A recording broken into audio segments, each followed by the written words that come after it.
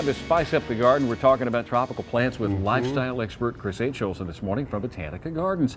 Aren't you glad I sent you inside? Yes. Earlier this morning? You know, I thought about it because when I was driving west Little Rock, it was raining, but it wasn't raining here yet. not I thought it was yet. moving away. All right, so we're going to spice up the garden with some tropical favorites. Well, you know, we've talked about tropical plants before, but these are even newer varieties that we haven't really showcased before. So I'm going to start over on this side because I love different types of plants that have variegated leaves. Because remember, in the heat of the summertime, a lot of blooming plants don't necessarily bloom along for us because they burn out in the summertime. So if you get foliage plants that have color in it, you can really add texture and color to your garden. And this is the Dieffenbachia. The Dieffenbachia is an old-fashioned plant, but now they have all these new hybrids. This is called Starlight. That are not the big leaf ones anymore. They're more condensed and compact, great in shade pots. So if you have a real dark area, you may want to use this. Now this looks like a Dieffenbachia, but this is called Chinese Evergreen. And they come in speckled leaves. They come with, if you can look at this, with pink stems.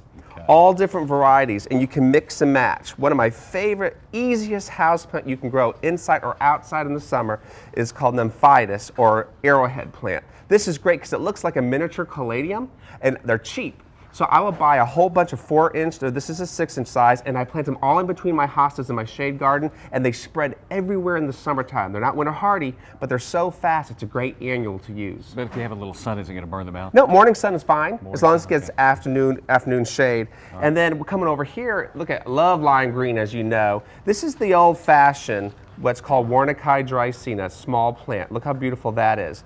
This is the new one, which is called Dragon. You see the difference? It's more compact, kind of swirled. How awesome this would be in a container mixed with like orange and patience, that type of thing. Okay. And then, speaking of the old-time ficus, now it comes in variegated ficus. I was going to say it looks like a ficus. Isn't that cool? Fast grower. Of course, it's not winter hardy, but who cares? It still will grow great in containers. Well, I just got to say this about ficus. They're the hardest things to keep alive. They seem to, oh, it's a beautiful plant. Put it in the corner there with a window and it dies. Well, ficuses are very, very temperamental, and they like moisture in the air. So if you have them outside, you notice they always come back. If you put it in the winter, it drops its leaves. You bring them outside, it comes back because we have dry air. Okay. So that's why I like smaller size. I'm not worried if I die. That's a nymph bella palm. Look how beautiful that is. So if you want a little palm in a pot outside, great. And don't forget the old-fashioned spathiphyllums, but now we have what's called petite, compact, beautiful. They bloom all summer long. I use these in my shade garden as a shade plant. All right, and one more, that big one right there. This one, it's called tubular danthus. Look at this, umbrella plant. Wouldn't this be cool? It's more straight up. If you did 2 of these and 2 urns or 2 pots by your front door instead of the same old juniper.